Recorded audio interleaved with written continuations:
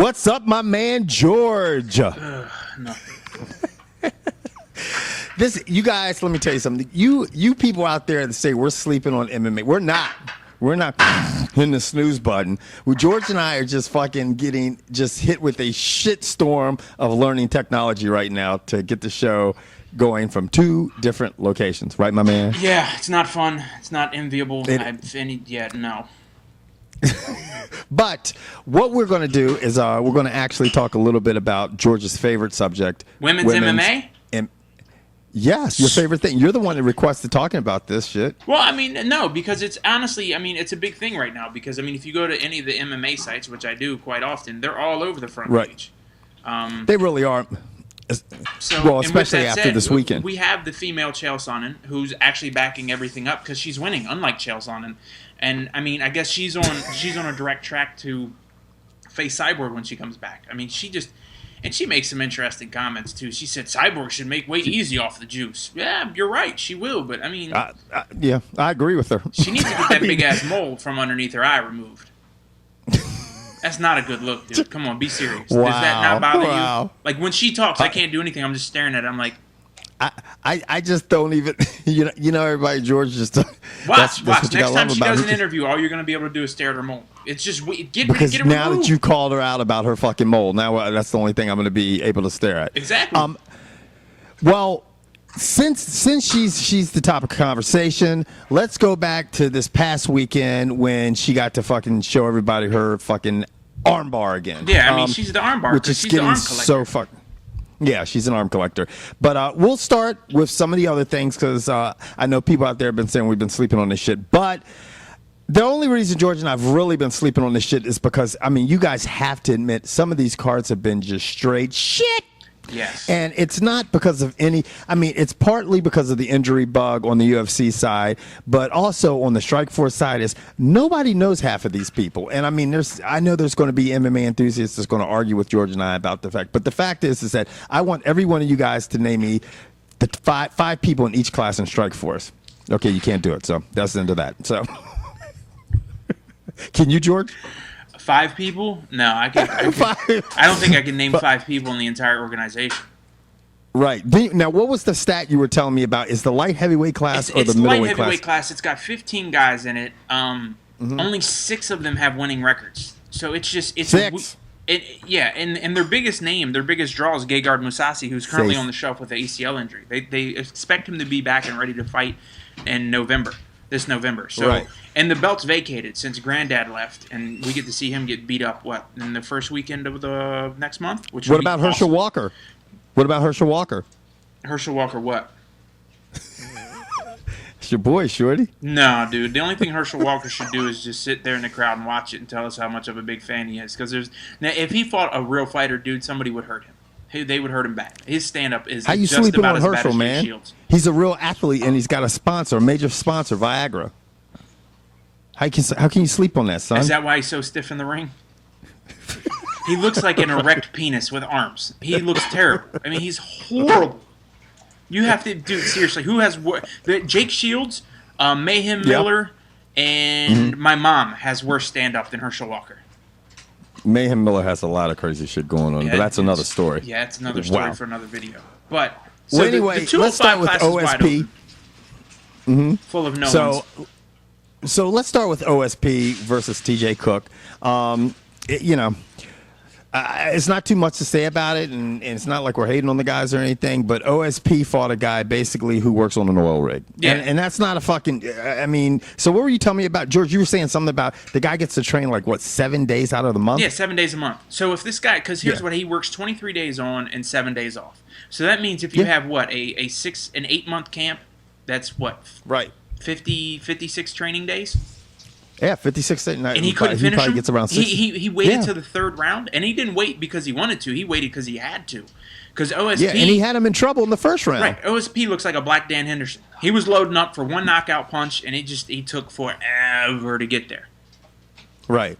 Now, and this is the thing where we get to with the whole Strikeforce thing. I'm not trying to knock any guys, but I didn't know who TJ Cook was. I'm not going to... I don't know if any of you people out there knew who TJ Cook was, but I just didn't. He was the guy who just fought OSP. I know who he is now. Yeah.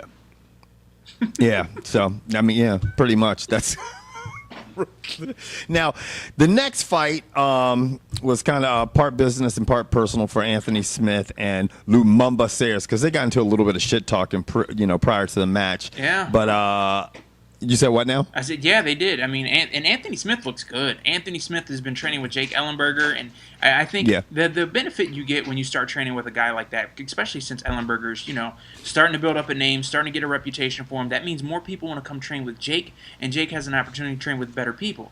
So if this kid Smith is smart, he's going to stay right in Ellenberger's back pocket and try to, pick up some tips and tidbits and things for, free or next to nothing if he's smart, but...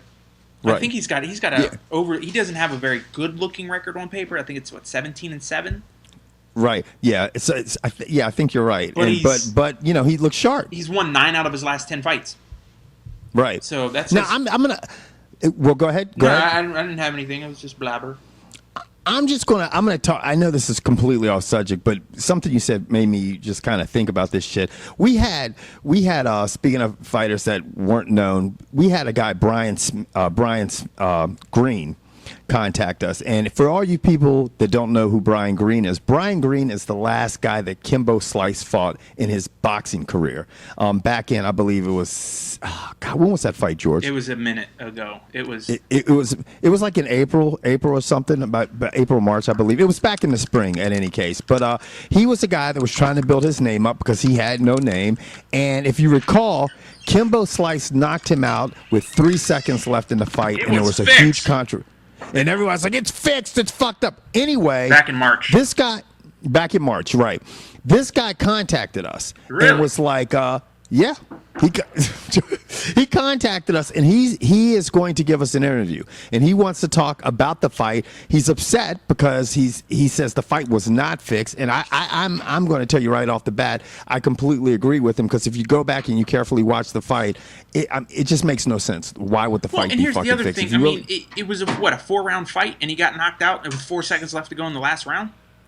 Right. What's the probability of that? They clap those things together when there's 10 seconds left. So now you're telling me Brian Green is in there in the heat of the moment. And he knows it's the 4th round. He knows it's the last 10 seconds, and he's going 10, 9, 8, 7. Right. So, okay, I got to go down now. Like, no, that's bullshit.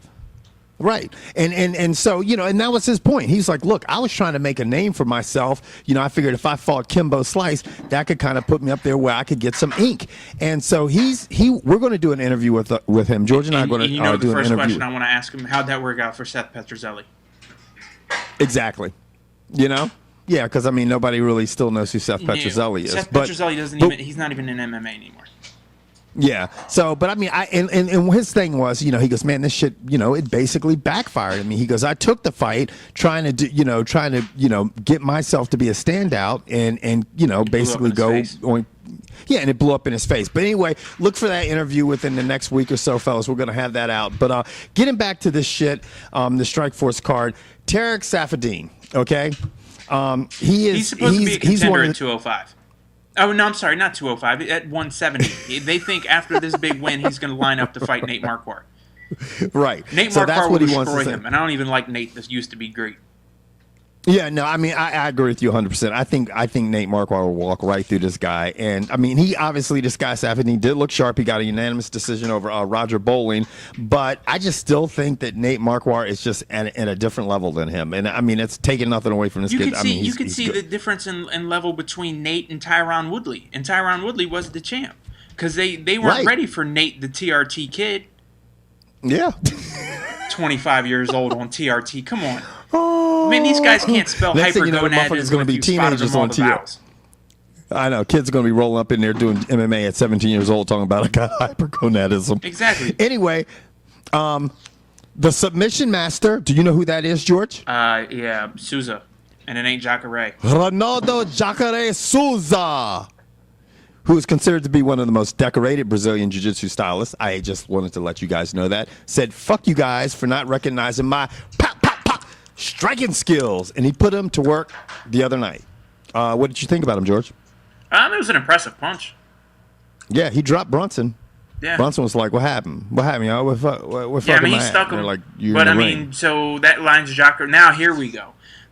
So he's in one of the more loaded. Jacare's in one of the more loaded classes now. With right. I think, you know what? If I was him, I'd go up to 205 and go for the light heavyweight belt. Right. Why not? Yeah. That class is wide open. Yeah. I mean, there's a lot of wide open classes there. Now, this is the thing. Let's get to what the headliners were, because obviously Strikeforce is having these women headline because they're starting to grow in popularity, and because I mean, I hate to say it, these men don't have huge followings. And one of the things that I found interesting was Miesha Tate was on the undercard, which I thought was kind of fucked up, because she held the bantamweight title just a fight ago, and she's got a huge fucking following. So from a promotion standpoint, you would think that she would have put her on the card. You know, I mean, just because that she has a lot of people following her. But I tell you, Miesha Tate, she gets it done, but she doesn't get it done easy, dude. I mean, she's a great fighter. She's well rounded. Like she has battles. She does. She really does. She's a tough fucking girl, man. I mean, because she had to what she got hit. She had a rough first round, and then she had a third round knockdown by Julie Kedzie, and basically she came back and slipped in a fucking armbar and won the fight. But that was all on the undercard. It wasn't on the main card, and so getting to the main card, I mean, obviously with Rousey, a lot of people are raising a question of maybe Tate should get another shot at Rousey. No. And I'm right with you, George. I don't. But see, this is where you run into the problem with women's MMA. Then who should get the fight? There's no depth. I mean, the majority of women in women's MMA are real small girls. I mean, you got these Japanese girls coming in at $110, $115, $120. You start to get up into this 135, 145 class, it gets even thinner. Like there's nobody there. That's the only problem with women's MMA. And you're gonna bring up the point, and I'm gonna steal this one from you. And you know what? For once, I agree with you on this. If you want to put this sport on the map for the women, create their little tough house. Let them have at it. You get a bunch of drunk women in there hooting and hollering and cat fighting. Cat fights and shit. Yeah, it'll be entertaining. That's how, if you want to make it get in front of the mainstreams, you've got to put it on fucking TUF. TUF has been struggling as of late. Get the women in the house. Wait, fucking don't tell me if you TUF struggling? How? They have it in Brazil now with Brazil versus Brazil. They have it in America with Americans versus Americans. Soon they'll probably have it in Uganda with Africans versus Africans, and then they'll introduce it to China, and then you have China. I mean, I for one have said do like they do with the Little League World Series, or even the Olympics, the U.S. versus the world, and put a world house together, or Brazil versus the world. Right. I think that would be the better solution. I agree with you 100%. I think if you have the U.S. versus the world, that would be interesting. That would grab a lot of viewership. I think the other thing is what you just said. I think if you put women in a house, I mean, let's look at something like this. Hypothetically speaking, and I know they said Rousey versus Tate. I think if you did Rousey as one coach and Cyborg as the other coach, dude, there would be some fucking fireworks. Oh, yeah. That you'd need everybody a translator. Yeah. Well, who gives a fuck? But I'm going to tell you what. None of you guys... None of you guys looking at this show will tell me you would not. If Rousey was one of the coaches and Cyborg was the other coach. I'd watch for at least the first 2 weeks, because it gets boring after that, because it's the same stuff and it's edited TV. Now, if it was one of these like Big Brother After Dark where I got a camera on them, 24 hours a day, 7 days a week, so you could really see what happens, that would be entertaining.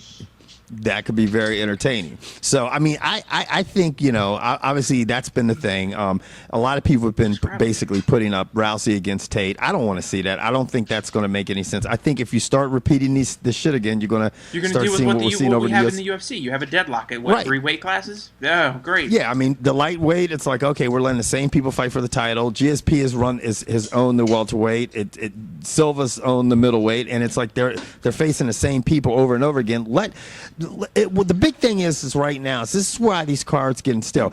Give somebody a chance. Styles make fights. It might not be the best guy in that fucking class, but that might be the person that has the blueprint to be the champion. And you saw what happened with GSP when he fought, who was it he fought that dropped him? What the fuck's wrong with me? Come on, man. When he fought Matt Serra? Yeah, Matt Serra, right. And Matt Serra swung one of those little 13-inch dinosaur arms with a hammer on the end and knocked him out. And GSP was like, "What the fuck you to me?" But you saw, no one thought that was coming, and it's like it's styles make fights. So I mean, I think if the guys get to know each other when they keep fighting each other over and over again, let some new guys get a shot at it. You know what I mean? I agree. Anyway, that's. But then what? Yeah. Then you get cards where you're like, wait, what was that? I mean, you get some It's just. I don't know. Yeah. It's a slippery slope. But you know what? It's funny that we talk about the whole Greg Jackson thing, sort of, right. in a roundabout way, because I want you to hear, because we just had the Strikeforce card. And right. We saw one of the Diaz's versus a Greg Jackson fighter, and we got to see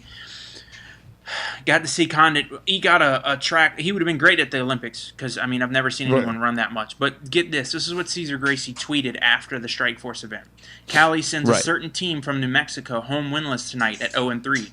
Dancing with the Stars, don't cut it here. Just saying. Whoa. Yeah. I mean, yeah, you got a point, dude.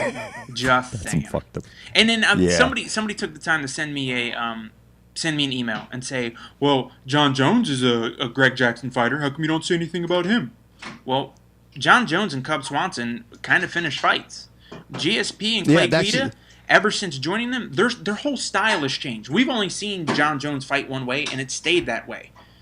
But GSP, and John Jones, I mean, who's John Jones' last two? Who's John Jones' last three opponents? I mean, obviously he didn't finish it with Rashad. He was. It took a while for Lyoto Machida. He was kind of filling, Lyoto Machida. Huh? It was the second round. Yeah, I mean, I'll shut the fuck up. I guess I should retract. Kevin is now retracting his statements. He's retracting his statements. To be honest with the thing with Rashad Evans, and I'm not John Jones. I think he could have finished Rashad if he wanted to, but he didn't want to put himself in harm's way, which I don't blame you. When you're in a ring with a guy who hits as hard as Rashad Evans and you comfortably have the fight, at least he was still being aggressive. It wasn't like Condit. Right. Condit was hitting 2-3 punches and hightailing it the other direction. GSP will jump in, get 2 shots, and then literally leap back a step or two. Yeah. John Jones and I think he came forward.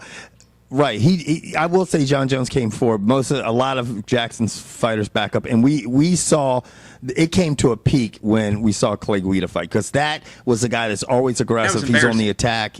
And just to see him fight like that was like, what the fuck? But I tell you what. But anyway, the UFC does have some interesting events coming up with Grandad versus John Jones, so that should be a good one. Yeah, that's going to be a good card. I mean, that's definitely going to be a good card. I mean, because those are guys that come out to fight. So I think that's what you need to do. Yeah, I think at some point or another you got to say, okay. I mean, for a while there, Strikeforce, Jimmy and I were loving Strikeforce cards because we were like, these motherfuckers should start throwing haymakers. Fucking literally the main card lasts for 45 minutes because everybody's getting knocked the fuck out. But with it getting dissolved and getting bought by the UFC, they've kind of put it on the back burners, and it just hasn't looked as good as of late. Well, they eliminated the heavyweight weight class, which makes no sense. But anyway, like you said, right?